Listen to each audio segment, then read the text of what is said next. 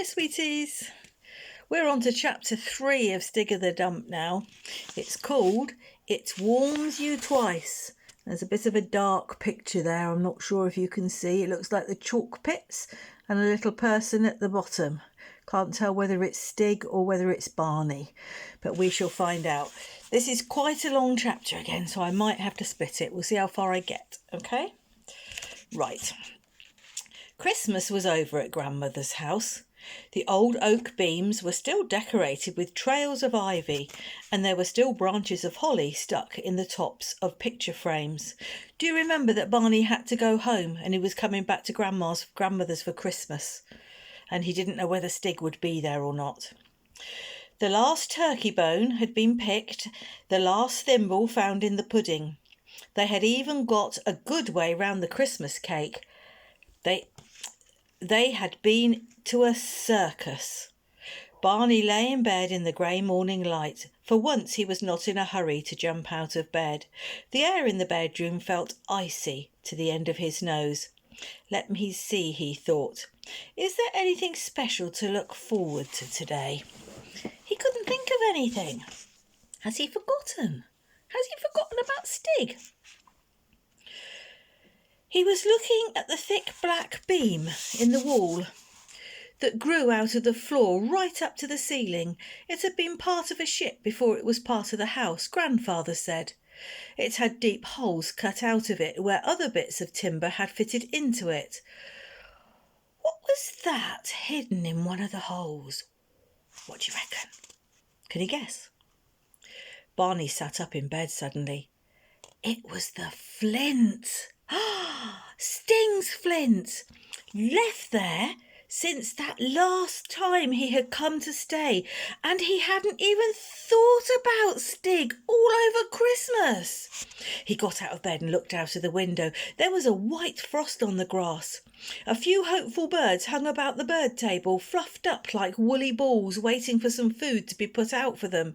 He reached up and took out the flint. It was like a lump of ice.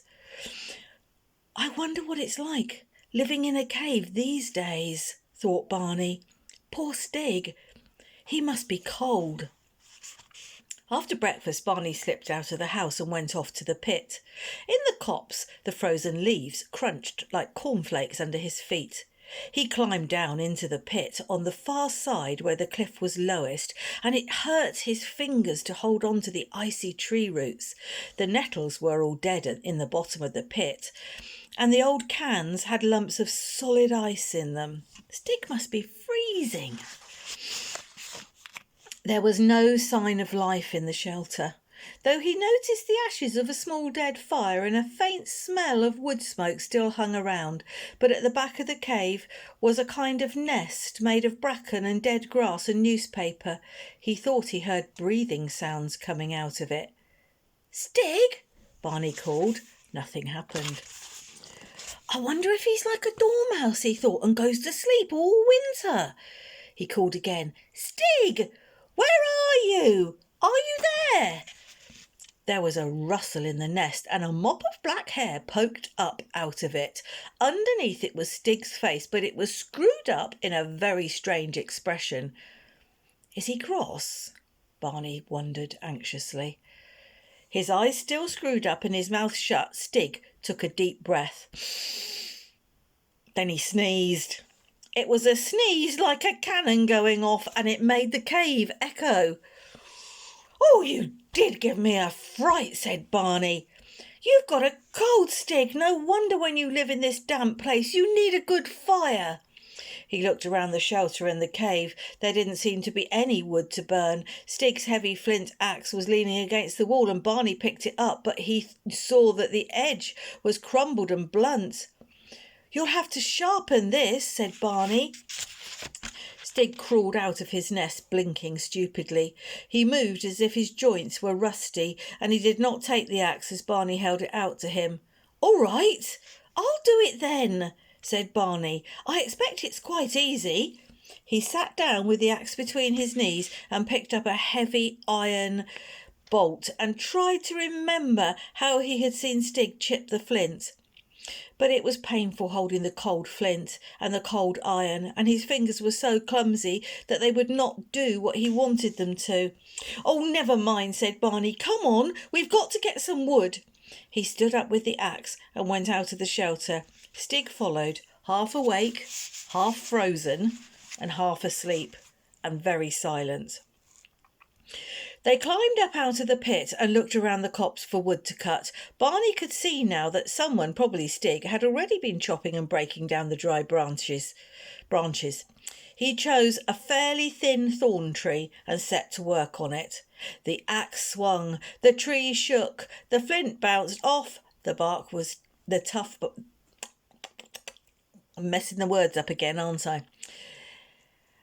The axe swung, the tree shook, the flint bounced off the tough bark, but he didn't seem to be getting anywhere.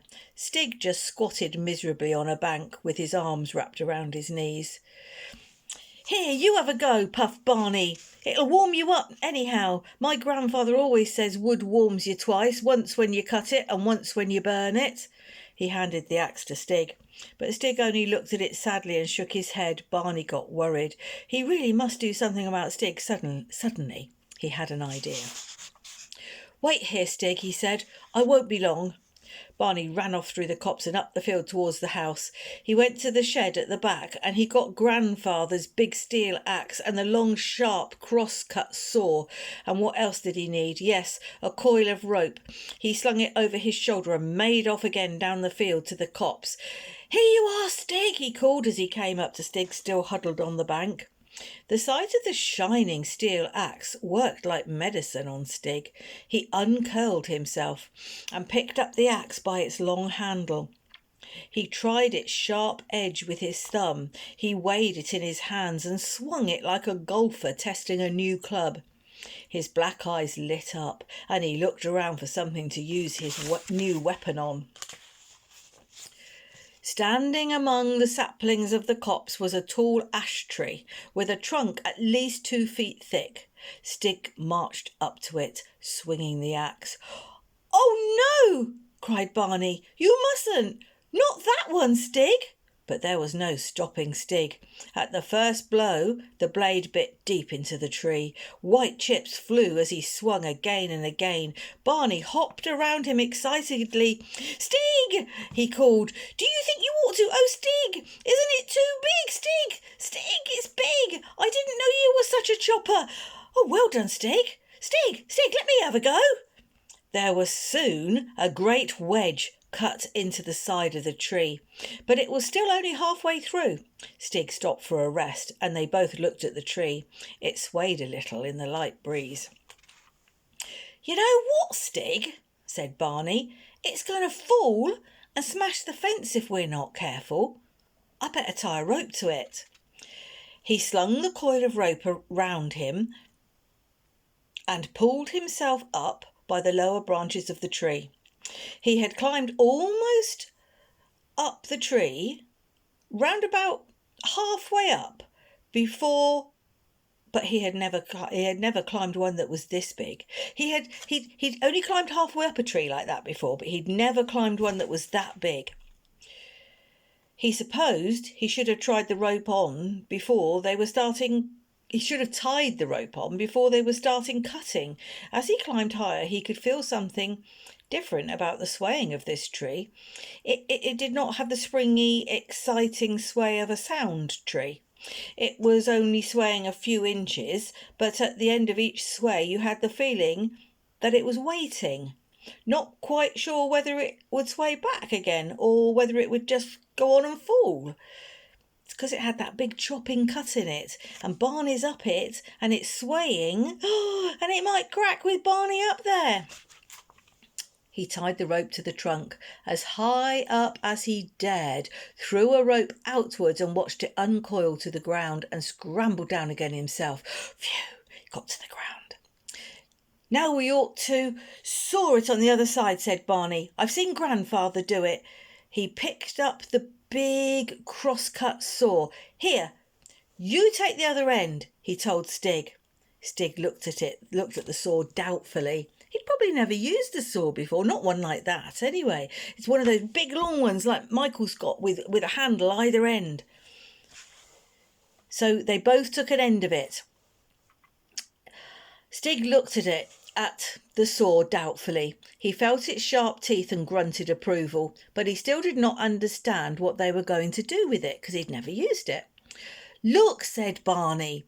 "You hold that end and I hold this end. I pull and then you pull. It's easy. You get started." But still, Stig looked a bit blank. They scraped away clumsily at the bark of the tree trunk until at last the saw teeth cut a straight groove and settled into it. Stig's eyes widened as he saw the sawdust begin to fly, and he pumped the handle furiously. "Ouch!" cried Barney. "You're pulling too far. You've made me skin me knuckles." He's pulled his hand right against the tree and he's taken the skin off his knuckles. "Steady!" cried Barney. "Must we go so fast? We've got a long way to go yet." "Stop!" cried Barney. "Look, Stig, you're pushing as well as pulling. It makes the saw bend and it makes you tired too." At last they settled down to a steady in, out, snore, snore. The blade sang as it bit deeper into the wood and the sawdust spurted out each end. I think Stig's got the hang of it now. Then the whole thing seemed to get sticky, and at last, however hard they struggled, they could not move it either way. "Bother," said Barney. "Now what?" They stood back and looked at the tree. The weight of branches on one side was making the trunk lean that way and closing up the crack the saw had made. "We'll have to pull," said Barney. Stig and he took the end of the rope and heaved. The crest of the tree came slowly towards them, hung still, and swayed back again. They heaved again. This time the tree seemed to come a little further, hung longer, but still it swayed back again. With their third pull, as it rocked towards them, there came a cracking sound from the trunk. "It's coming!" cried Barney excitedly. The tree swayed away from them again, but they heaved again, and this time there were more splinters, more cracking. "Once more!" shouted Barney. They tugged. The tree rocked slowly, hung at the end of its swing, then instead of rocking back again, it lurched further over towards them. From the trunk came a splitting, rending, screeching sound, and Stig and Barney turned and ran. Barney heard an appalling rush and crash and splintering of branches behind him as the crest hit the ground, and the topmost twigs thrashed the back of his legs as he ran. He only just got out of the way. They turned round to look. Barney's heart was bouncing with excitement. "Phew! We've done it!" he gasped, gaping at the ruin they had made and the great empty hole they had left in the skyline. What a lot of firewood. Wow, look. I'm going to have to stop there. I think that looks like there. It looks like the trees on the ground. And it looks like Barney and Stig have got either end of that saw and they're sawing it up, ready to put on the fire. I think Stig will be very much warmer once they get that on the fire and going. But I'll have to stop there because there's still half a chapter to go yet. So I'll read that later or maybe tomorrow. Okay. Love you lots. I hope you're enjoying this story. I am. I can't remember when I last read it, so I can't remember what happens. See you soon.